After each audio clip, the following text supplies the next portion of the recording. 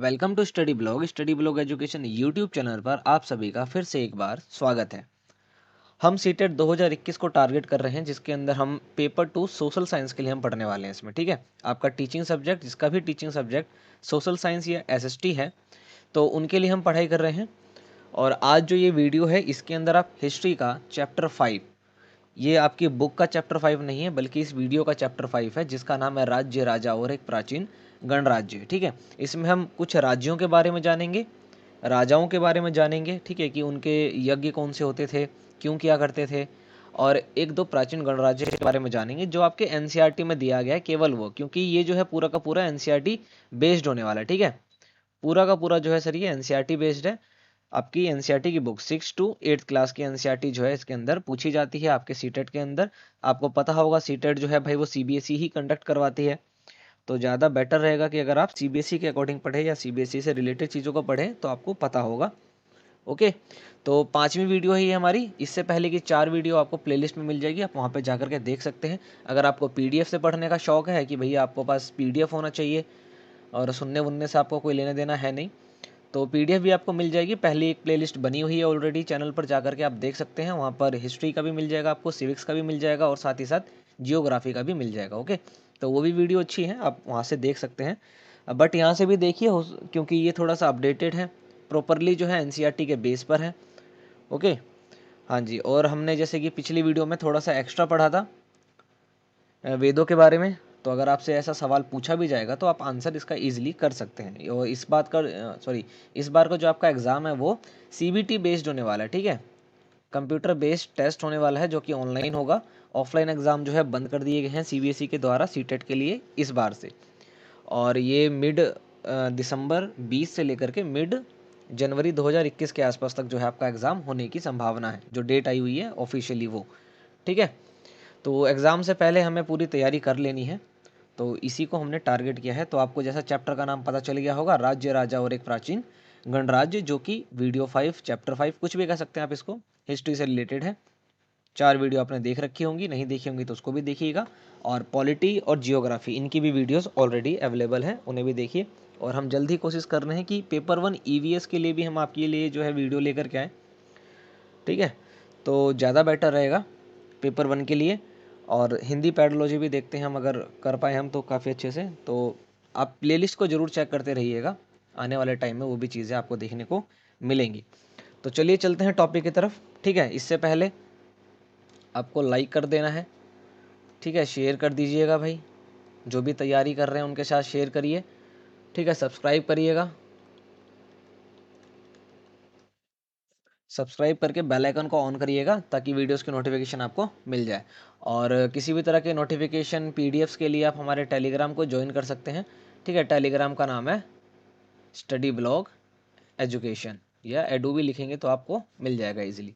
तो ये सब अगर आप कर लेते हैं, ठीक है, लाइक शेयर जरूर करिएगा सर, जो भी तैयारी कर रहे हैं। तो अभी तो हम पेपर 2 एसएसटी की प्रिपरेशन जो है वो कर रहे हैं। ऑलरेडी एक प्लेलिस्ट बनी हुई है इनकी, इन्हीं तीनों ही सब्जेक्ट की, आप उसको देख सकते हैं। अभी हम पेपर 1 ईवीएस के लिए भी लेकर के आने वाले हैं जल्द से जल्द वीडियो आपके लिए। और हिंदी और इंग्लिश पैडोलॉजी भी हम कोशिश कर रहे हैं कि जल्दी लेकर के आएँ, ताकि आपकी प्रिपरेशन काफ़ी अच्छे से हो पाए। देखिए, टाइम कम है, इसी टाइम में आपको सब कुछ करना है। ठीक है, तो इसका आप ध्यान रखिएगा। तो चलते हैं टॉपिक की तरफ, इतना तो हो गया, ये तो डेली का है सर। चलिए, तो जैसा कि आपको पता है कि भाई चैप्टर का नाम था राजा, राज्य और एक प्राचीन गणराज्य, तो बारी बारी से जानते हैं। ठीक है, तो राजाओं के बारे में जानते हैं भाई। राजा जो भी पहले के हुआ करते थे, आपने जो भी चीज़ें देखी हैं अभी तक में, तो उसमें एक यज्ञ बहुत फेमस था। उस यज्ञ का नाम था, ठीक है, एक यज्ञ बहुत फेमस था भाई, उस यज्ञ का नाम था अश्वमेध यज्ञ। क्या नाम था? अश्वमेध यज्ञ।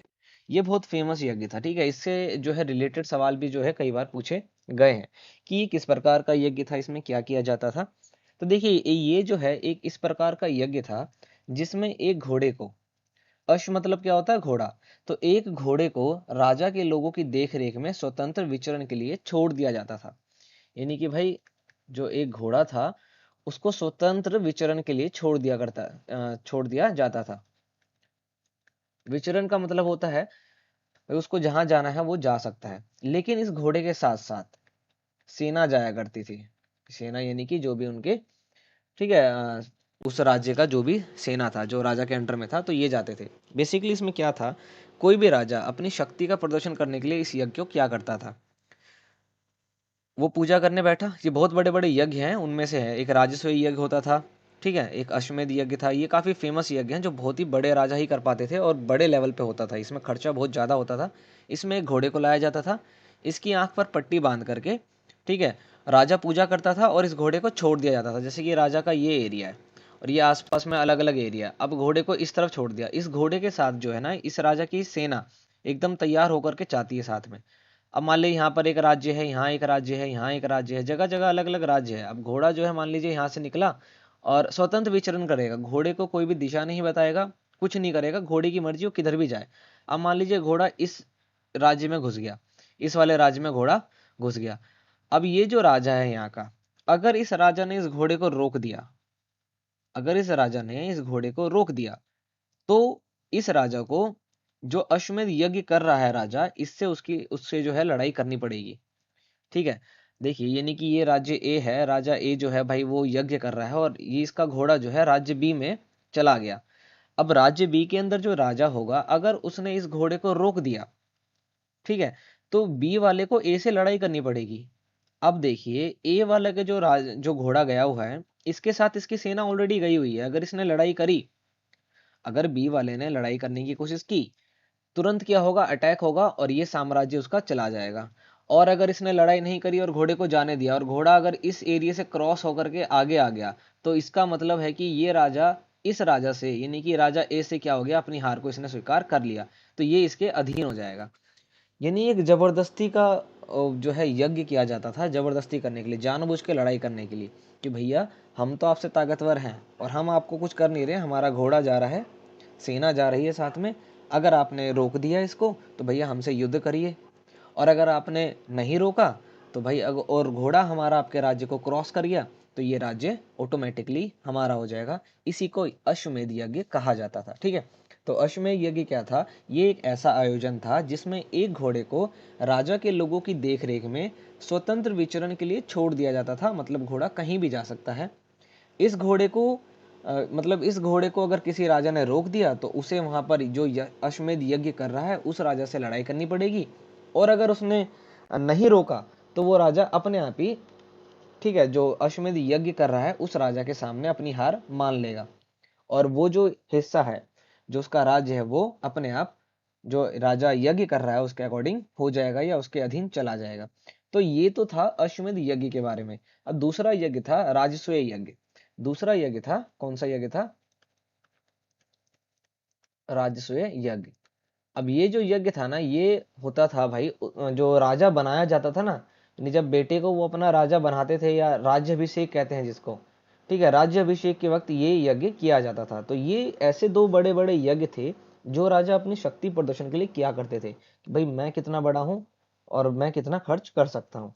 तो यज्ञों के बारे में आपको इतना ध्यान रखना है कि अश्वमेध यज्ञ कैसा होता है, ठीक है, और क्षत्रिय राजा ही इसको कर सकते थे, शक्तिशाली राजा ही इस यज्ञ को कर सकते थे, क्योंकि इसमें खर्चा ही इतना हुआ करता था। और इस यज्ञ को करने के लिए जो पंडित आया करते थे, वे काफ़ी एजुकेटेड होते थे।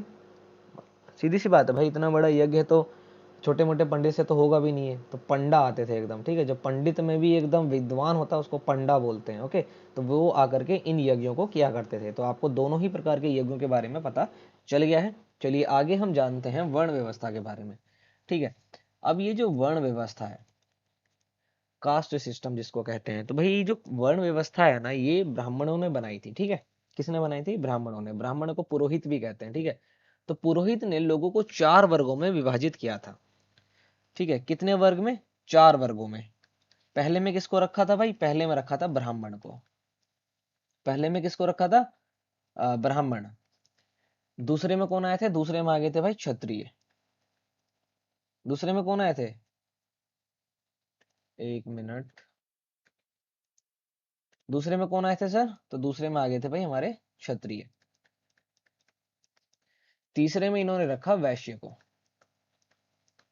ठीक है, तीसरे में किन्हें रखा, वैश्य को इन्होंने तीसरे में रखा। और चौथे में रखा शूद्र को। ठीक है, तो देखिए ये जो वर्ण व्यवस्था है ये क्या था असल में, तो पुरोहित ने यानी कि ब्राह्मणों ने लोगों को 4 वर्गों में विभाजित किया था। ब्राह्मण का जो समाज था, ब्राह्मण की जो व्यवस्था थी, ठीक है, क्योंकि एजुकेशन वगैरह उन्हीं के पास थी भाई, वही ज्ञान ले सकते थे, ज्ञान दे सकते थे। तो उन्होंने कुछ सिस्टम बनाया कि भाई लोग जो है ना इस प्रकार से रहेंगे। तो पहले ये जो व्यवस्था थी ये कर्म के अनुसार था कि भाई लोग क्या काम करेंगे और वो क्या कहलाएंगे।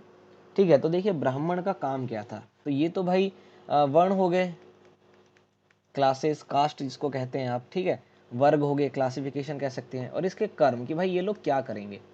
तो ब्राह्मण जो थे इनका जो काम था, इनका काम था पहला, दूसरा, तीसरा, चौथा, तो आप समझ गए। पहला वर्ण क्या था, ब्राह्मण। ब्राह्मण किस लिए बनाए गए थे, या ब्राह्मण का क्या काम था, तो इनका काम था एजुकेट करना, एजुकेशन देना। बेसिकली ये क्या थे, टीचर हुआ करते थे जो ज्ञान देंगे, ज्ञान देंगे और ज्ञान अर्जित भी करेंगे।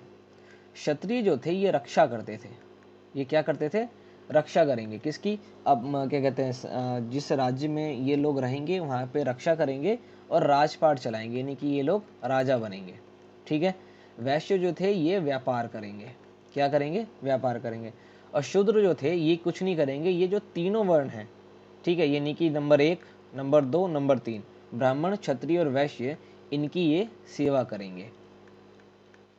ठीक है, इनकी क्या करेंगे, सेवा करेंगे, यानी कि सेवा करने का काम शूद्रों का था, व्यापार करने का काम वैश्य को था। राजा जो बनते थे या जो रक्षा करेंगे, रूल करेंगे, ठीक है, राज्य चलाएंगे, ये लोग क्या थे, क्षत्रिय थे। और जो ज्ञान देंगे, यज्ञ करेंगे, पूजा पाठ करेंगे, ये सभी क्या थे, ब्राह्मण थे। यानी कि ऐसा कोई भी व्यक्ति जो ज्ञान देता है, यज्ञ करता है या पूजा पाठ करता है, वे ऑटोमेटिकली क्या कहलाएंगे, ब्राह्मण कहलाएंगे। ठीक है, तो ये वेद वेद शास्त्रों में हमारे बताया गया था। ठीक है, और जो किसी की रक्षा करता है, जो राजपाट चलाता है, जैसे कि देखिए आज के एग्जाम्पल से समझिए, जैसे कि कोई भी टीचर वो ज्ञान देता है, तो बेसिकली क्या हुआ, वो ब्राह्मण हुआ ना। टीचर जो भी है वो ज्ञान देता है, वो पढ़ा रहा है किसी को, तो वो तो ब्राह्मण हो गया कर्म के अनुसार। कर्म जो है ये वेद में बताए गए थे भाई। ठीक है, वेदों ने हमारे को इन 4 वर्णों में बांटा था। और वेद की रचना भाई ब्राह्मणों ने ही की थी, क्योंकि वेद पढ़ने का हक उन्हीं को था केवल। ठीक है, तो देखिए कर्म के अनुसार आज की जाति में अगर कोई एससी है, शूद्र जो कहते हैं आप जिसको, अगर वो एससी है, शूद्र कैटेगरी में या कास्ट में आता है, लेकिन वो ज्ञान देता है, टीचिंग का काम है उसका, तो वो बेसिकली क्या हो गया, वेद के अनुसार वो तो ब्राह्मण हो गया। आपके पीएम, आपके सीएम भाई रूल करते हैं, राज्य चलाते हैं, फिर चाहे किसी भी जाति के हों ये लोग, लेकिन क्या हो गए, ये तो क्षत्रिय हो गए ना, क्योंकि क्षत्रिय का काम था राज्य पाठ करना। व्यापारी, जिसकी कोई भी शॉपकीपर हो गया, दुकानदार हो गया, जो भी व्यापार कर रहा है, सामान खरीद रहा है, सामान बेच रहा है, सभी क्या है, व्यापारी हैं। अब किसी की जाति जो है ब्राह्मण है, लेकिन उसका जो काम है, कोई परचून की दुकान है उसकी, तो वो बेसिकली क्या हो गया, ब्राह्मण तो नहीं रहा, वो क्या हो गया, व्यापारी यानी वैश्य हो गया। और जो सेवा, जो मतलब अपना कुछ नहीं करेगा, ना ज्ञान देगा, ना लेगा, ना यज्ञ वगैरह कुछ नहीं, या जो ना रक्षा करेगा ना ज्ञान लेगा, ज्ञान लेने का हक था क्षत्रियो को। ठीक है, तो ये ना रक्षा करेंगे, ना राज करेंगे, ना व्यापार करेंगे, ये क्या करेंगे, सेवा। सेवा का मतलब होता है जॉब, जो किसी की जॉब करता है वो सारे क्या है, शूद्र हैं, वो सभी क्या है, शूद्र ही तो हैं। यही तो वेदों ने हमें, वेदों के अंदर इसी प्रकार से क्लासिफिकेशन किया गया था लोगों का, कि उसके अंदर कर्म के अनुसार किया गया था कि भैया आप जो काम करोगे तो आप ये चीज जो है कहलाओगे। आप ज्ञान दोगे, ज्ञान अर्जित करोगे, किसी की रक्षा करोगे, ठीक है, या व्यापार करोगे, या आप किसी के अंडर में जॉब कर रहे हो या सेवा कर रहे हो किसी की, तो आप क्या क्या कहलाओगे, ये तो आपको पता चल गया। लेकिन आगे चलकर ब्राह्मणों ने क्या करा, इन सभी चीजों को कर्मों के अनुसार बांट दिया। किसके अनुसार बांट दिया भाई, कर्म के अनुसार। अब ब्राह्मण जो है, आज से तुम मतलब आज अगर ये सिस्टम बना, तो भाई ब्राह्मण आज बेसिकली क्या है, ब्राह्मण आज तो चलो भाई ज्ञान अर्जित करेगा, ज्ञान अर्जित करेगा ब्राह्मण, और उसके बाद क्या करेगा, ज्ञान अर्जित करके देखो, आज से 500 साल बाद जो ब्राह्मण था वो तो ज्ञान अर्जित ही करता रहा। तो उन्होंने कहा कि यार भाई एक बात बताइए, मैं 500 साल पहले भी ज्ञान अर्जित ही क्या करता था, ज्ञान दिया करता था, यज्ञ करता था, मेरे आने वाली जो भी 6-7 पीढ़ियां हैं वो भी यही करती हैं सेम चीज। क्षत्रिय ने भी बोला कि भैया मैंने भी राजा करा, अब भाई जो राजा है वो अपने बच्चों को क्या राजपाट ही तो सिखाएगा, तो वो भी सेम काम करेंगे। जो व्यापारी थे वो भी 500 साल तक तो भाई सेम ही काम करेंगे ना, और आगे भी सेम ही काम करेंगे। और जो शूद्र थे वो भी सेम काम करेंगे, क्योंकि उनको कोई अपॉर्चुनिटीज मिलती ही नहीं थी। तो इन्होंने जो ये व्यवस्था कर्म के अनुसार थी, इसको इन्होंने जन्म के अनुसार बना दिया गया। ब्राह्मणों ने क्या करा, इसको जन्म के अनुसार बना दिया। अब जो चीज कर्मों के अनुसार था कि भैया अगर आपके कर्म इस प्रकार के हैं, ज्ञान देने के हैं या आप पढ़ाते हैं, आप ब्राह्मण कहलाएंगे। इन्होंने कहा कि नहीं, हमारे पिताजी ब्राह्मण थे, हम भी ब्राह्मण हैं, फिर चाहे हम ज्ञान ले ना ले, हमारे पास ज्ञान हो चाहे ना हो। आज का ब्राह्मण आपको अ, मांस मदिरा पीता खाता मिल जाएगा, तो भाई वो बेसिकली ब्राह्मण थोड़ी थे। ब्राह्मणों का तो काम था ना कि आप पूजा पाठ करेंगे, जब तब समस्या वगैरह ये चीजें करेंगे, पढ़ेंगे पढ़ाएंगे, यही काम था उनका। उनका ये थोड़ी था कि आप दारू पियेंगे, फलाना करेंगे, ढिमकाना करेंगे। लेकिन आज का ब्राह्मण जो कहता है भैया मैं ब्राह्मण हूँ, ऊंची जाति का हूँ, लेकिन दारू पी रहा होता है। हाँ, आपके आसपास होंगे ऐसे, मांस मछली खाता है, नॉन वेजिटेरियन। तो आज पहले यानी कि वेदों के हिसाब से तो वो ब्राह्मण नहीं हुए ना, लेकिन जन्म के अनुसार हो गए। राजा, राजा का बेटा राजा, उसका बेटा भी राजा, उसका बेटा भी राजा। क्षत्रिय यानी कि जिसमें चौहान वगैरह आते हैं, तो वो एकदम ठोक के बोलते कि भैया हम क्षत्रिय हैं। तो क्षत्रिय का काम क्या था? क्षत्रिय का काम था दूसरों की सेवा करना, रक्षा करना। आज का क्षत्रिय कुछ नहीं करता है। किसी के साथ कुछ हो रहा हो, अगर वो क्षत्रिय और साइड से निकल जाता, पहले बच्चों, तो क्षत्रिय थोड़ी हुआ वो, फिर क्षत्रिय नहीं हुआ वो, है कि नहीं। व्यापारी का काम था व्यापार करना, राज्य में जो है जो फंडिंग आती है या जो भी व्यापार होता है भाई वो करना। व्यापारी ज्यादा अच्छे रहे, व्यापारी व्यापारी करते रहे, जैसे गुप्ता अग्रवाल जो होते हैं वो ज्यादातर व्यापारी होते हैं। तो वे लोग करते हैं इन चीजों को, ठीक है। और आज हर एक व्यक्ति जो शूद्र नहीं बनना चाहता था, ठीक है, शूद्रों को जो है एकदम दबा के रखा जाता था, जो शूद्र नहीं बनना चाहते थे, है कि नहीं, उनको बेसिकली क्या करा गया। आज तुम एक चीज देखो, आज सभी को जॉब चाहिए। कौन सी जॉब चाहिए? गवर्नमेंट जॉब चाहिए भैया, सबको गवर्नमेंट जॉब चाहिए। और जॉब का काम क्या था? जॉब कौन करता है? शूद्र ही तो करता है। अब आप ब्राह्मण हो, आपको सरकारी नौकरी चाहिए, या आप किसी के अंडर में जॉब कर रहे हो, तो आप क्या कहलाओगे वेद के अनुसार? शूद्र ही तो कहलाओगे, शूद्र ही कहलाओगे ना। लेकिन आपको घमंड है इस चीज का कि हम ब्राह्मण हैं, है कि नहीं। या जो चीज कर्म के अनुसार करा गया था हमारे साथ, या हमें दिया गया था या बांटा गया था, उसको जन्म के अनुसार बना दिया ब्राह्मणों ने। और देखिए आज क्या उथल पुथल हुई पड़ी है कि जो ब्राह्मण पहले ब्राह्मण हुआ करते थे, जो क्षत्रिय पहले क्षत्रिय हुआ करते थे, आज वे सभी शूद्र बनने को लगे हुए हैं। और फिर बोलते हैं कि नहीं भैया ये छोटी जाति है, ऊंची जाति है। तो जाति व्यवस्था ही गलत थी, ठीक है, जाति व्यवस्था ही क्या थी? गलत थी। अब इससे ज्यादा आपको इसमें नहीं सुनना चाहिए, इतना काफी है, ठीक है। अब इनके देख लेते हैं कि ये लोग क्या करते थे। तो आपको अभी तक पता चल गया होगा कि जो ब्राह्मण थे इनका बेसिकली काम क्या था। इनका काम क्या था? ज्ञान देना, यज्ञ वगैरह करना। जो दूसरे वर्ग के लोग थे यानी कि क्षत्रिय, उनका वो क्या हुआ करते थे? तो वो शासक हुआ करते थे, राजा वगैरह। दूसरों की रक्षा करना, प्रजा की रक्षा करना, देख रेख करना, ये उनका काम था। तीसरे स्थान पर कौन थे? विष या वैश्य, ठीक है। इनमें बेसिकली कृषक हुआ करते थे भाई, व्यापारी होते हैं वो। पशुपालक होते थे, व्यापारी इत्यादि, ये लोग इसके अंदर आया करते थे। और जो सबसे अंतिम में था, वो था, कौन थे भाई वो लोग? वो थे शूद्र। वो बेसिकली इन तीनों की सेवा किया करते थे। आगे जाकर के एक और बना दिए गए, एक और बनाया जिसका नाम था अछूत वर्ग। उसमें जल्लाद वगैरह आया करते थे, ठीक है। जल्लाद होते हैं, कसाई, ये उसके अंदर आया करते थे, ठीक है, अछूत के अंदर। तो ये तो है रही हमारी वर्ण व्यवस्था। तो आपको समझ में आ गया होगा यहाँ तक, ठीक है। देखिए ज्यादा ऐसे डीप में जाने का कोई फायदा जो है वो है नहीं। ओके। हाँ, इसके बाद देखते हैं हम जनपद। जनपद, ठीक है। जनपद का मतलब होता है जन के बसने की जगह।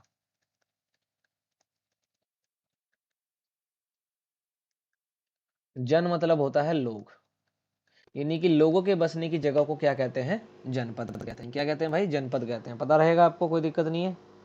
लोगों के बसने की जगह को क्या कहते हैं? तो जनपद कहते हैं। ओके। अब दिल्ली में पुराना किला जो है वो क्या कहते हैं, सॉरी, दिल्ली में जो पुराना किला है आपने देखा होगा, प्रगति मैदान के आसपास है। उत्तर प्रदेश में, यानी उत्तर प्रदेश के पास मेरठ एक जगह है, मेरठ के पास ना एक जगह है हस्तिनापुर।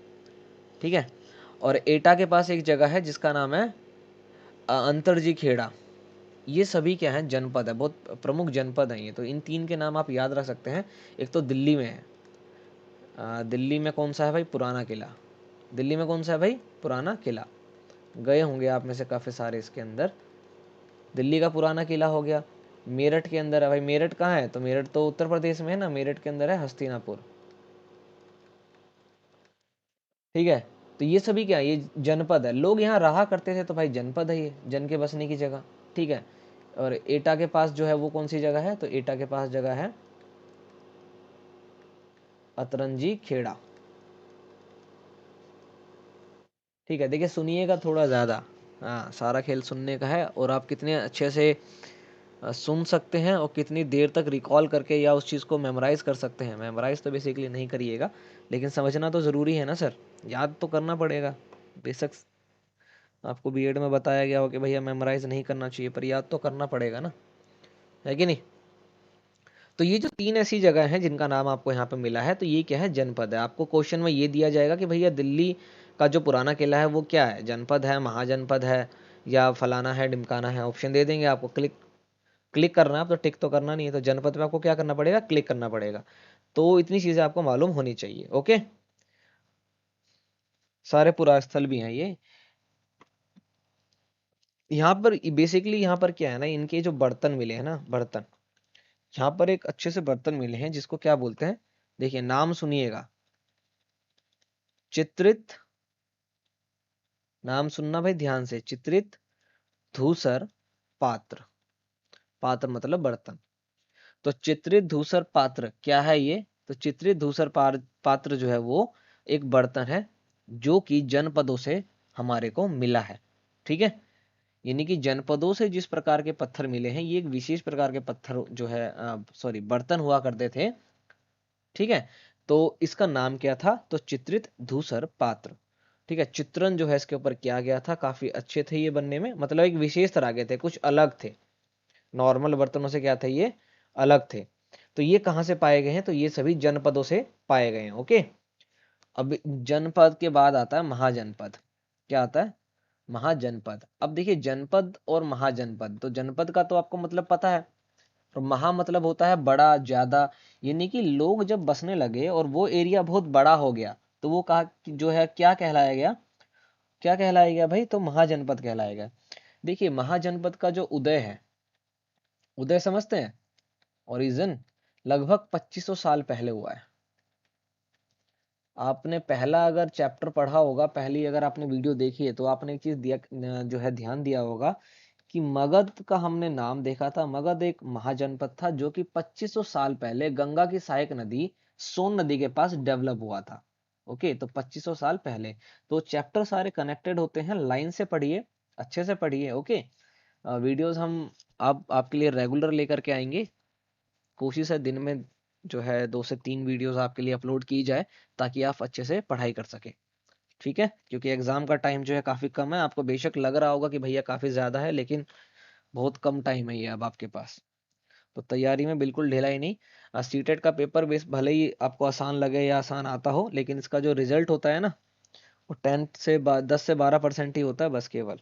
तो आप कितने भी अच्छे ज्ञानी महाज्ञानी क्यों ना हो, आपसे भी बड़े बड़े महाज्ञानी एग्जामिनर जो हैं वो बैठे हुए होते हैं, और वो ट्रैप करते हैं आपको। जितने भी एग्जामिनर हैं, जितने भी एग्जाम्स होते हैं, वो बेसिकली आपको रिजेक्ट करने के लिए टेस्ट लेते हैं, और आपको रिजेक्ट होने से ही बचना है, और उसके लिए मेहनत करनी पड़ती है। समझे, घर बैठे हलवा खाने की आदत छोड़िए। ठीक है। तो 2500 साल पहले महाजनपद का जो है उदय होना शुरू हो गया था। यानी ऐसी जगह या ऐसा जनपद जो काफी जो है इंपॉर्टेंट हो गया था, महत्वपूर्ण हो गया था, वे सभी आगे जाकर के क्या कहलाए, महाजनपद।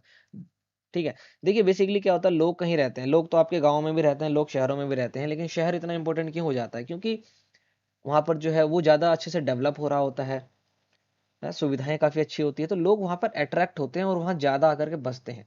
ज्यादा आकर के बसते हैं तो भाई और ज्यादा जो है शहर डेवलप होता है। तो इसी तरह से जनपदों के अंदर कोई कुछ ऐसे जनपद जो काफी अच्छे से डेवलप हुए, काफी इंपॉर्टेंट हो गए किसी भी चीज से, चाहे व्यापार के रूप में हुआ हो, चाहे किसी भी चीज से, ठीक है, तो वो क्या हो जाते हैं, काफी इंपॉर्टेंट हो जाते हैं, और फिर वो लोग वहां पर लोग ज्यादा आते हैं, रूलिंग अच्छे से होती है वहां पर, सब कुछ सिस्टमेटिक तरीके से होता है, तो वे क्या कहलाते हैं, महाजनपद कहलाते हैं। ठीक है, तो महाजनपद और जनपद में केवल एक बात का अंतर है, ठीक है, कि जनपद से बड़े होते हैं महाजनपद। ठीक है, और देखिए, हर एक महाजनपद की एक राजधानी होती है, राजधानी बोले तो कैपिटल, जबकि जनपदों की कोई भी राजधानी नहीं होती है। ठीक है, यानी कि अधिक, देखिए हर एक कहने का मतलब है अधिकतर। कुल महाजनपद जो है 16 महाजनपद, इसके अभी आपको नाम बताए जाएंगे, तो आपको याद करने पड़ेंगे इसको। ठीक है, तो 16 महाजनपद हुए थे हमारे देश के अंदर, तो प्रत्येक की राजधानी थी। ठीक है, राजधानी रखा करते थे, राजधानी में राजा जो है वो रहता था।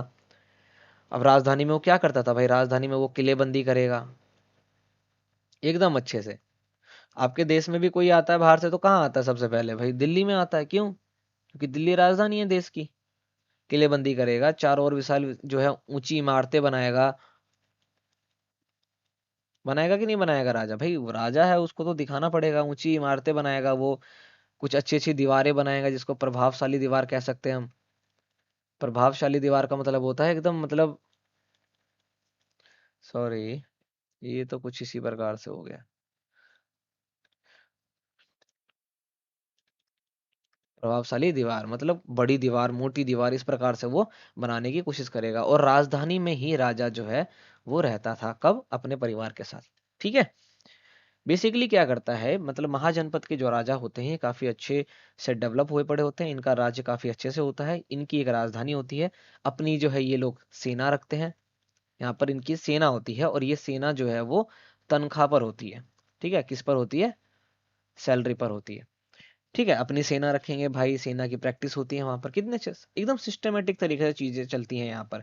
तो ऐसे एरिया को क्या बोलते हैं? महाजनपद। ठीक है कि नहीं? और राजा वगैरह, महाजनपद के राजा कहाँ रहते थे भाई? अपनी अपनी राजधानियों में रहा करते थे। ठीक है जी, ये समझ गए यहाँ तक? आगे देखिए, आगे कर के बारे में जानते हैं, कर यानी कि टैक्स। अब देखिए, जनपद में टैक्स वगैरह जो है वो होते नहीं थे इतने, दिए दिए नहीं दिए नहीं दिए, लेकिन महाजनपद पर टैक्स जो है वो होते थे। यानी कि महाजनपद के जो राजा थे, वहां पे जो लोग रहा करते थे, उनसे वे लोग टैक्स लेते थे, यानी कि कर लिया करते थे। अब कर जो लेते थे ना, तो तीन तरह के कर जो हैं वो लिए जाते थे। ठीक है, यानी कि महाजनपदों के द्वारा, महाजनपदों, देखिए राइटिंग अभी तक जो है इस पे जो है हाथ बैठा नहीं है ठीक से, तो थोड़ा एडजस्ट करिएगा। महाजनपदों के जो राजा थे ना, लोगों से तीन तरह के कर लिया करते थे। कितने तरह के? तीन तरह के कर लिया करते थे। पीडीएफ होती तो आप पढ़ लेते हैं फटाफट, हाँ, सुनते उनते हैं नहीं वहां पर, इसीलिए इससे ज्यादा अच्छे से आपको समझ में आएगा, कोशिश करेंगे तो महाजनपद के जो राजा थे वे लोग जो है टैक्स लेते थे, क्योंकि महाजनपद के अंदर बेसिकली सब कुछ सिस्टमेटिक तरीके से चलता था, तो भाई टैक्स लेना जरूरी था। तो देखिए, इनके टैक्स के बारे में आपसे पूछा जाएगा, तो जो पहला टैक्स था, ठीक है, पहला टैक्स क्या था? तो ये किसानों से जो उनकी फसल होती थी ना, यानी किसानों की जो फसल हुआ करती थी, उसका 1/6 हिस्सा लिया करते थे। किसानों से फसलों का 1/6वां हिस्सा जो है ये लिया करते थे, या 6 भाग लिया करते थे। तो पहला टैक्स तो ये हो गया जो ये लोग किसानों से लेते थे।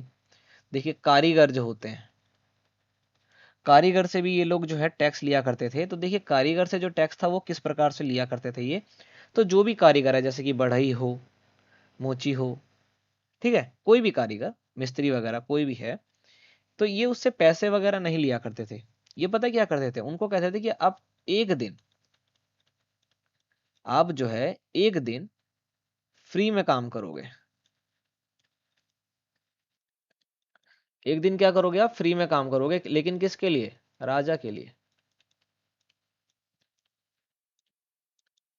ठीक है, यानी कि जो किसान थे वो राजा को कैसे टैक्स दिया करते थे? तो अपने फसलों का 1/6 हिस्सा वो दे दिया करते थे।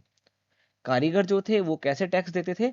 तो भैया 30 दिन का अगर महीना है, तो भैया महीने में एक दिन जो है राजा के लिए काम किया करते थे वे लोग। जैसे कोई बढ़ई है तो राजा के लिए जाएगा भाई, लकड़ी वगैरह, दरवाजे वगैरह, चौखट वगैरह बनवा देगा या बना देगा मुफ्त में, कोई पैसे राजा जो है नहीं लेगा, सॉरी ना देगा। और ना ही वो मांगेगा, क्योंकि उसको जो है ये एक दिन का टैक्स देना होता था। कारीगर थे। तीसरा लिया जाता था पशुपालकों के द्वारा। अब भाई ये जो पशु पालते थे, ठीक है, जानवर जो लोग पाला करते थे, दूध देने वाली जानवरों को जो पाला करते थे, तो ये उनसे उनके उत्पाद लिया करते थे। जैसे कि गाय जो पालता है, तो वे लोग दूध दिया करते थे। जाकर के भाई गाय का दूध पहुंचा देते थे, मक्खन पहुंचा देते थे, कभी घी दिया है राजा को। ठीक है।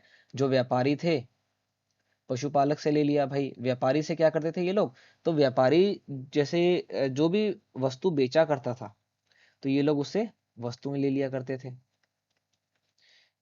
ठीक है।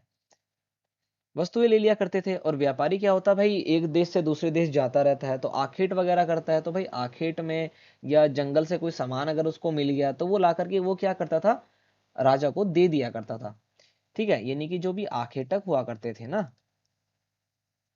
आखेटक आठे सॉरी आखेटक जो होते हैं, जो शिकारी होते हैं बेसिकली, ये क्या करते थे, शिकारी और जो संग्राहक जिसको कहते हैं हम, संग्राहक मतलब जो चीजों को स्टोर करता है, तो इनको जंगल से जो भी मिलता था,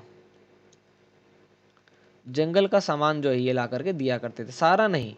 ठीक है, सारा नहीं, टैक्स के रूप में जो भी इनको कुछ यूनिक मिल गया। ठीक है। इस प्रकार जैसे मान लो कोई जंगल गया, उसने 3 पेड़ काटे, तो भैया 1 पेड़ की लकड़ी यहाँ दे देगा। ऐसे क्या करते थे। तो देखिए, महाजनपद के राजा लोगों से 3 तरह से टैक्स लिया करते थे। तो किसानों पर लगने वाला टैक्स कैसा टैक्स था, तो फसलों का 1/6 हिस्सा, जितनी फसल उगी उसका 1/6 जो है वो टैक्स ले लिया जाएगा। ठीक है। सीधी सी बात है। कारीगर जो हुआ करते हैं भाई, तो कारीगर का क्या था कि एक दिन के लिए वो फ्री में काम करेंगे राजा के लिए, यानी कि राजा के लिए एक दिन के लिए हर एक कारीगर जो है उस राज्य का, उस महाजनपद का फ्री में काम करेगा। पशुपालक जो थे, वे लोग अपने उत्पादों को दिया करते थे, जैसे कि कोई भी, जैसे दूध अगर गाय ने, जिस किसी ने गाय पाल रखी है या भैंस पाल रखी है, कोई भी ऐसी चीज पाल रखी है, तो वो दूध दे देगा। कोई दूध लेके चला गया, कोई छाछ ले गया, कोई दही ले गया। ठीक है। तो राजा को इस प्रकार की चीज दिया करते थे। जो व्यापारी थे वे लोग वस्तु दे दिया करते थे। जो आखेटक हुआ करते थे या संग्राहक जो थे, जो जंगलों में मतलब बेसिकली घूमते हैं, तो वो लोग क्या करते थे, जंगल के से उनको अगर कुछ सामान मिलता था, तो वो उसको ला करके राजा को दे दिया करते थे। तो ठीक है, इस तरह से जो है ना, राजा टैक्स लिया करता था वहां के लोगों से। यानी महाजनपद का राजा अपने रह रहे लोगों के, जो उसके राज्य में लोग रहा करते थे, उससे किस प्रकार का टैक्स लेते थे, तो इन निम्न 3 प्रकारों से टैक्स लिया करते थे। तो इसको आप देखिएगा, अच्छे से पढ़िएगा जरूर। ओके। ठीक है कि नहीं। आगे बढ़ने से पहले आप जो है महाजनपद को देखिए। 1 मिनट। 16 महाजनपदों के आपको, 16 महाजनपद में जो सबसे ज्यादा डेवलप थे वो जैसे मगध, वज्जी, बेसिकली आपको इन्हीं दोनों के बारे में पढ़ना है। पर इसका अगर आप स्क्रीनशॉट भी खींच लेंगे, तो आपको जो है एग्जाम में सवाल आएगा, तो आप आंसर इजिली कर पाएंगे। ठीक है। तो देखिए, ये नंबर 1, 2, 3, 4, 5, 6, 7, 8, और फिर इधर ये 8 है, 9, 10, 11, 12, 13, 14, 15 और 16। तो 16 महाजनपद थे, जैसे कि अंग उसकी राजधानी थी चंपा, काशी, बनारस यानी वाराणसी, मगध राजगृह जो कि बिहार में है, अवंती उज्जैनी या महिष्मती, जो बस्ता कौशाम्बी, गांधार, तक्षशिला। सबसे पहला विश्वविद्यालय कहाँ बना था विश्व का, तक्षशिला के अंदर। ठीक है। इसी तक्षशिला में तो चाणक्य भी थे। कंबोज, हाटक, कुरु, इंद्रप्रस्थ, पांचाल, कांपिल्य, अश्मक, पेतन या पोटली, मल्ल जो थी वो कुशीनारा, कुशीनगर। कुशीनारा में किसकी किनकी मृत्यु हुई है, तो कुशीनारा में गौतम बुद्ध की मृत्यु भी हुई है कि नहीं, निर्वाण हुआ जिसको कहते हैं। चेदी, शक्तिमती, सूरसेना, मथुरा, मत्स्य, विराटनगर, वज्जी, विधेय या मिथिला, और कौशल, श्रावस्ती या अयोध्या। तो आपको बेसिकली जो आपसे सवाल जो पूछे जाएंगे वो मगध और वज्जी से रिलेटेड होगा। ठीक है, क्योंकि इसमें गण राज्य थे, संघ राज्य थे, इन दोनों में ज्यादा डिफरेंस है। ठीक है। और यही इंपॉर्टेंट भी हो जाते हैं। और मगध सबसे ज्यादा डेवलप था। ठीक है। कब था भाई, तो आज से 2500 साल पहले गंगा की सहायक नदी है, सोन नदी, उसके किनारे पर था ये। तो काफी अच्छे से डेवलप था ये। तो इसका स्क्रीनशॉट ले लीजिएगा ताकि आपको पढ़ने में आसानी हो। ठीक है। तो महाजनपद और उनकी राजधानी ये आपको याद होनी चाहिए। ठीक है। खास करके मगध और वज्जी की तो एकदम जरूर। चलिए आगे देखते हैं। ठीक है। अब लोग वगैरह रह रहे हैं, तो भाई क्या होगा, अब लोग रह रहे हैं भाई जो है खेती वगैरह में। आपने देखा कि जो राजा की इनकम है, या जो राजा की इनकम का मेन सोर्स है, वो बेसिकली किसानों से है। ठीक है, बेसिकली किससे है भाई? वो किसानों से है। तो भाई किसानी, इसका मतलब है कि खेती वगैरह अच्छी होती है तो कृषि में कुछ ना कुछ जो है परिवर्तन भी होंगे। कृषि में परिवर्तन भी तो होंगे सर, कि नहीं होंगे? होंगे ना। कृषि में क्या होंगे? परिवर्तन भी होंगे। तो इसको भी देखिए, कृषि में परिवर्तन। ठीक है, जो हल के फाल हुआ करते हैं, यानी कि आपने हल देखा होगा, हल में जैसे ये जो होता है, तो ये जो ये वाला हिस्सा जो होता है, ये जो फाल हुआ था, ठीक है, ये भी लोहे के बनने लगे थे। तो हल के जो फाल थे, हल के फाल किसके हो गए थे? तो लोहे, यानी कि आयरन के। तो हल के फाल जो है वो लोहे के बन गए थे, जिससे कि खेत जोतने में काफी ज्यादा हेल्प होनी स्टार्ट हो गई थी। फसल की जो उपज थी वो बढ़ गई थी काफी ज्यादा, यानी कि फसल की उपज जो है वो बढ़ गई थी। फसल की उपज बढ़ेगी तो अच्छे से टैक्स मिलेगा राजा को। ठीक है, अब देखिए सबसे पहले क्या हुआ करता था ना, धान, जिसको चावल जो उगाया जाता है, तो पहले धान के लिए जो था ना, वो क्या होता था, इसका छिड़काव किया जाता था। यानी धान को ही छिड़का जाता था पहले। तो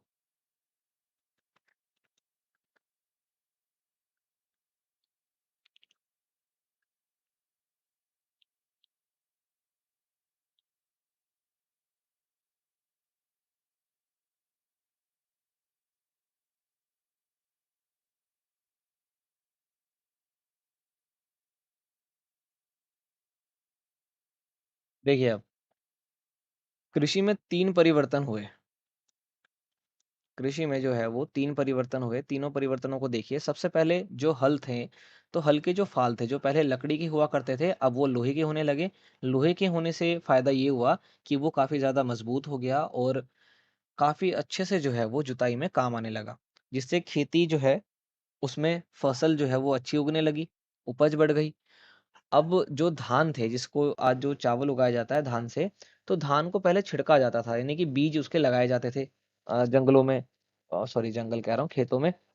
तो खेतों में जब उसके बीजों को छिड़का छिड़का जो जाता था, तो क्या होता था, जो पक्षी हुआ करते थे वे लोग उसको खा जाते थे। कुछ कुछ अच्छे से जो है नहीं उगे, या जमीन में अच्छे से नहीं गए, तो क्या होगा, उसका पेड़ तो बनेगा नहीं।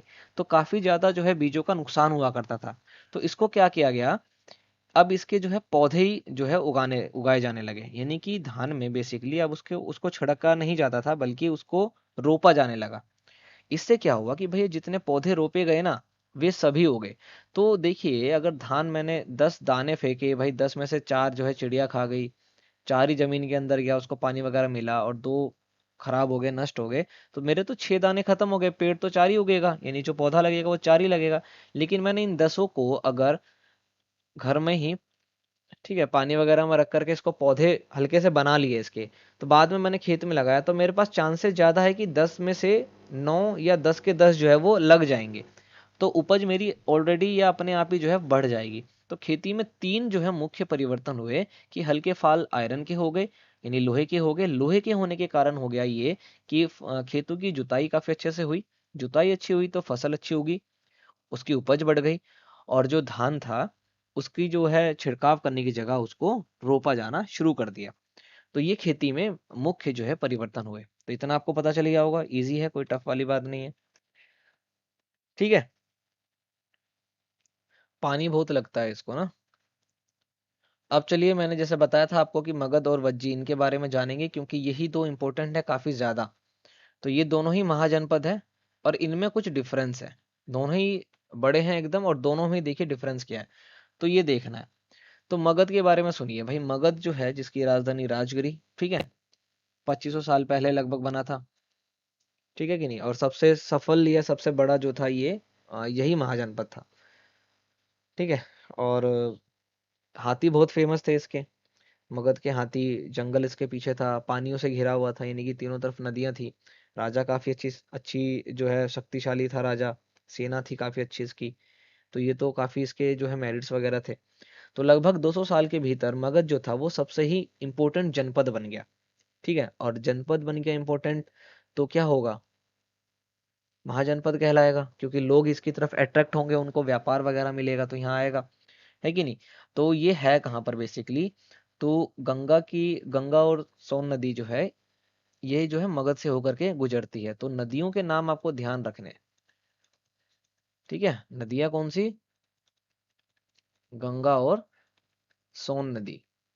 अब भाई नदी अगर आप जो है आपके राज्य से गुजरती है, तो पक्का नदियों के आसपास की जो मिट्टी होती है वो काफी ज्यादा जो है उपजाऊ होती है, जिस कारण वहां पर खेती अच्छी होती है। तो भाई राज्य में खेती अगर अच्छी चल रही है तो उपज अच्छी होगी, उपज अच्छी होगी तो बिकेगा अच्छा, फायदा ही है, उससे नुकसान कुछ नहीं होगा। तो नदियों के नाम को जो है आपको पता चल गए। 2500 साल पहले की बात है ये, यानी मगध जो है 2500 साल पहले पाया गया था, या पहले चैप्टर में हमने पढ़ा है इसको अच्छे से। यहाँ पर गंगा नदी के किनारे नगरों का विकास 2500 साल पहले होना शुरू हो गया था, और गंगा नदी के किनारे जितने भी नगर थे, सबसे ज्यादा डेवलप मगध था उसमें। किस नदी के किनारे, गंगा और सोन नदी के किनारे, ये तो हो गया। ठीक है, अब मगध में दो बहुत ही शक्तिशाली शासक थे, नाम याद रखना इनके। शक्तिशाली शासकों के नाम आपको जो है वो याद रखने हैं। कौन थे, बिंबिसार और अजातशत्रु। कौन थे भाई, बिंबिसार और अजातशत्रु। ठीक है, तो ये काफी जो है इंपॉर्टेंट है आपके लिए, कि मगध के दो शक्तिशाली राजाओं के नाम बताइए, तो बिंबिसार और अजातशत्रु, ये आपको याद होना चाहिए। ठीक है, एग्जाम में सवाल आपसे कहीं से भी पूछा जा सकता है। ठीक है, इसकी राजधानी क्या थी, इसकी राजधानी क्या थी भाई, राजगिरी। क्या थी, ठीक है, जिसका आज का नाम क्या है, तो आज का नाम है इसका राजगीर। कहाँ पर है ये, बिहार में है। कहाँ पर है भाई, बिहार में। कई सालों तक जो है इसकी राजधानी रही, यानी कि भाई मगध की पहली राजधानी क्या थी, राजगिरी, जिसका आज का नाम है राजगीर, जो कि बिहार के अंदर है। बाद में इसकी राजधानी को जो है चेंज कर दिया गया, और इसकी राजधानी को राजगिरी से हटा करके क्या बनाया गया, पाटली पाटलिपुत्र। कहाँ पर लाया गया, पाटलिपुत्र, जिसका आज का नाम क्या है, पटना, और ये भी कहाँ है, बिहार में। ठीक है, तो देखिए ये जो है इंपॉर्टेंट चीज है यहाँ पर मगध से रिलेटेड। ठीक है, मगध से रिलेटेड जो है वो ये इंपॉर्टेंट है, कि मगध जो है वो किन नदियों के बीच में है, तो कौन सी नदी जो है मगध से होकर के गुजरती है, गंगा और सोन नदी। शक्तिशाली शासक जो थे उनके क्या नाम थे, तो बिंबिसार और अजातशत्रु। ठीक है, चंद्रगुप्त मौर्य जो थे उन्होंने भी भाई यहीं से जो है रूल करना शुरू किया था, धनानंद को हरा करके। ठीक है, चाणक्य जो आए थे भाई उन्होंने भी इसी को हराने के लिए, यानी कि धनानंद को हराने के लिए जो है चाणक्य को, सॉरी चाणक्य कह रहा हूँ, चंद्रगुप्त को तैयार किया था। तो गुप्ता डायनेस्टी भी यहीं से डेवलप होनी स्टार्ट हुई थी। अशोक जो है उन्हीं का क्या था, पोता था। इसकी पहली राजधानी क्या थी, तो राजगृह, जिसका आज का नाम है राजगीर। कहाँ पर है, बिहार में है। और उसके बाद जो है इसकी राजधानी कहाँ पर कर दी गई, पाटलिपुत्र। ठीक है, जो कि आज का क्या नाम है, पटना। ये भी कहाँ पर है, बिहार में है। और मगध के अंदर क्या था ना, यहाँ पर एक राजा था। मगध में क्या था, एक राजा था। ठीक है, मगध में क्या था भाई, एक ही राजा था, यानी कि पूरे मगध का जो भी उसका साम्राज्य होता है, तो साम्राज्य में एक ही राजा था। ठीक है, ओके। तो मगध जो था वो एक ऐसा महाजनपद जिसकी राजधानी दो दो हैं, दोनों राजधानियों को आपको जो है नाम याद रखना है, और यहाँ पर एक राज्य जो है राजा हुआ करता था। ठीक है, इसी के विपरीत एक और जो है महाजनपद था, जिसका नाम था वज्जी। क्या नाम था, क्या नाम था सर, तो वज्जी। ठीक है, तो वज्जी जो है इसकी राजधानी भी क्या थी, इसकी राजधानी है वैशाली, जो कि बिहार में है। तो राजधानी आपको ध्यान रखना है, ठीक है। तो इसकी राजधानी भी क्या है, बिहार में। देखिए, मगध के अंदर एक जो है राजा हुआ करता था, लेकिन यहाँ पर कई सारे राजा मिल करके एक राज्य को, यानी कि वज्जी को चलाया करते थे। जैसे कि मगध के अंदर अश्वमेध यज्ञ करना है, या कोई भी जो पूजा पाठ होती थी, तो एक राजा ही आयोजन उसका किया करता था, लेकिन यहाँ पर सभी मिलकर के आयोजन करते थे, सभी राजा। तो एक तरह से आप कह सकते हैं कि ये गण या संघ में रहा करते थे। ठीक है, एक साथ मिलकर के काम करते थे। ऑर्गेनाइजेशन की तरह काम करते थे, वहीं मगध में ऐसा नहीं था। ठीक है, वहां पर एक ही राजा भाई मोनार्ची था वहां पर। ठीक है, जिसको आप कह सकते हैं राजतंत्र। तो मगध में राजतंत्र था, राजा का शासन, जबकि वज्जी में लोकतंत्र था। ठीक है, डेमोक्रेटिक था यहाँ पर, एक से ज्यादा राजा थे ना यहाँ पर। ठीक है, तो यहाँ एक इसी को कहते हैं कि भाई यहाँ पर अलग किस्म की ही क्या थी, अलग किस्म की क्या थी यहाँ पर शासन व्यवस्था। यही इसका इंपॉर्टेंट भी है। इसकी जो शासन व्यवस्था है यही इंपॉर्टेंट है। तो इसके शासन व्यवस्था को बोला जाता है गण या संघ। ठीक है, क्या था ये भाई, बेसिकली डेमोक्रेटिक था ये। गण मतलब या तो कई सारे लोग मिलकर के काम कर रहे हैं, संघ मतलब होता है जो लोग ऑर्गेनाइजेशन की तरह काम करते हैं। ठीक है, एक समुदाय की तरह काम करते हैं, और ये सभी मिल करके, यानी कि एक से ज्यादा राजा थे यहाँ पर। ठीक है, एक से ज्यादा राजा थे। जबकि मगध में मोनार्ची थी, वहां पर एक ही राजा था। ठीक है, डेमोक्रेटिक नहीं था मगध, बट ये डेमोक्रेटिक था। तो ये जो है आपको दिख रहा होगा आपको कि ये कितना इंपॉर्टेंट जो है फैक्टर क्रिएट कर रहा है आपके एग्जाम पॉइंट ऑफ व्यू से, कि भाई वज्जी की शासन व्यवस्था किस प्रकार की थी। तो गण या संघ प्रकार की जो है इसकी शासन व्यवस्था थी। गण या संघ में कई शासक जो है होते हैं। कभी कभी लोग एक साथ शासन करते थे, जिसमें से प्रत्येक राजा कहलाता था, यानी कि जितने लोग शासन किया करते थे ना, एक से ज्यादा, सभी राजा कहलाते थे। ये सभी राजा विभिन्न अनुष्ठानों, यानी कि जो भी पूजा पाठ यज्ञ होते थे उनको एक साथ ही संपन्न किया करते थे। तो ये जो है इंपॉर्टेंट चीज था मगध और वज्जी के बारे में। ठीक है, तो ये वाला जो चैप्टर है हमारा यहाँ पर, जिसका नाम था राज्य, राजा और एक प्राचीन गणराज्य, तो हमने जो है राजा के बारे में जाना। दो सबसे शक्तिशाली राजा जो है मगध के कौन थे, बिंबिसार और अजातशत्रु, आपसे पूछा जाएगा। ठीक है कि नहीं। ये जो है ये प्रॉपर एनसीईआरटी बेस्ड है, इसलिए आपको इसमें कुछ एक्स्ट्रा नहीं देखने को मिलेगा। ओके, एनसीईआरटी बेस्ड है पूरा का पूरा। जो कि सीटेट में डायरेक्टली सवाल पूछे गए हैं वो भी आपको इसके अंदर देखने को मिलेंगे, और काफी ही जो है ये इम्पोर्टेंट भी है, सभी की सभी वीडियोस। ठीक है, जो आपके पेपर 2 एसएसटी में इसमें से काफी सारे सवाल आए हैं। इसके अलावा अगर आपको ऐसे पीडीएफ में पढ़ने का शौक है या पीडीएफ से देखने का ऐसे शौक है, तो आप प्लेलिस्ट को चेक करिए। वहां पर पहले भी वीडियो बनाई गई है जो कि हिस्ट्री, सिविक्स और जियोग्राफी इनकी है। ठीक है, तो तीनों ही की वीडियो आपको वहां पर आराम से मिल जाएगी, तो आप वहां पर भी जाकर के देख सकते हैं, एकदम कंप्लीटेड है। ठीक है, बट इसमें लेक्चर्स की तरह अगर आप पढ़ते हैं, डिस्कस की तरह पढ़ते हैं, तो ज़्यादा अच्छा रहेगा। दोनों तरह से पढ़िए, अगर आपको दोनों अच्छे लगते हैं तो दोनों से पढ़ सकते हैं, कोई दिक्कत नहीं है। ठीक है, जल्दी जो है आपको, जैसे कि हिस्ट्री के ये 5वीं वीडियो थी, तो आगे पीछे की वीडियो जरूर देखिएगा। और पॉलिटी यानी कि आपकी सिविक्स जो है वो ऑलरेडी चल रही है। ठीक है, अब हम जल्द से जल्द आपके लिए जियोग्राफी भी जो है वो शुरू करने जा रहे हैं। ये तीनों ही की तीनों जो है इसी प्रकार चलेंगी, यानी कि प्रॉपर एनसीईआरटी बेस्ड होंगी। ठीक है, एकदम। और सीटेट के लिए तो एकदम रामबाण है ये। ठीक है सर, और जल्द हम पेपर 1 के लिए आपकी ईवीएस को हम स्टार्ट करने की कोशिश कर रहे हैं, कि ईवीएस को हम एटलीस्ट स्टार्ट करें। टाइम कम है और तैयारी जो है वो ज़्यादा करनी है, तो इसका आपको ही ध्यान रखना है कि आप जो है तैयारी किस तरह से कर रहे हैं।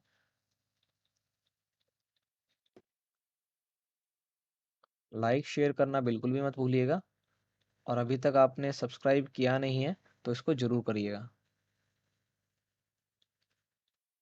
ठीक है, और बेल आइकन को ऑन कर लीजिएगा ताकि नोटिफिकेशन आपको मिलती रहे। तो ये जो था ये इंपॉर्टेंट है, इसको देखिएगा आप पहले तो। स्क्रीनशॉट अगर आपने अभी तक नहीं लिया तो अभी भी ले सकते हैं। महाजनपद और उनकी राजधानियाँ, तो 16 महाजनपद है, 16 की 16 महाजनपदों की आपको राजधानी जो है याद करनी है। इंपॉर्टेंट जो है वो बेसिकली वज्जी, मगध, ठीक है, गांधार यानी तक्षशिला जिसकी है, इसको कर सकते हैं आप। 3-4 इंपॉर्टेंट हैं जो पूछे जाएंगे, लेकिन मगध और वज्जी इसके बारे में आपको ज़्यादा पता होना चाहिए, जैसा कि आपने अभी देखा ही है। ठीक है, हाँ जी।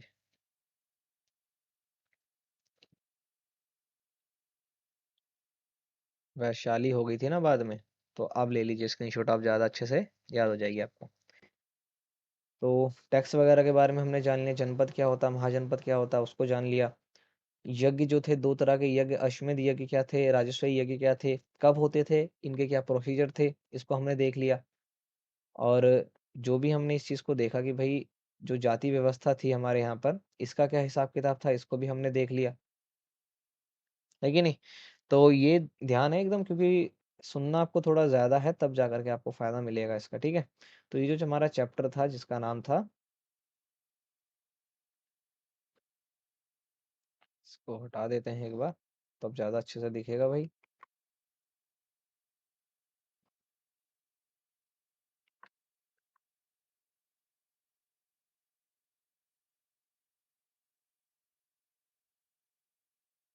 तो ये जो चैप्टर था, जिसका नाम था राज्य, राजा और एक प्राचीन गणराज्य, ये हमारे पर जो है कंप्लीट हो चुका है ये। तो वीडियो जो है, ये 5वीं वीडियो थी, 5वीं क्लास थी हमारी, तो इसको हमने कंप्लीट कर लिया है।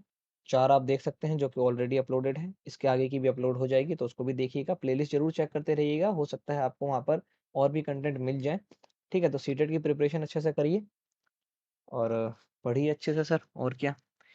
हम आपसे मिलेंगे नेक्स्ट वीडियो में, तब तक के लिए जय हिंद।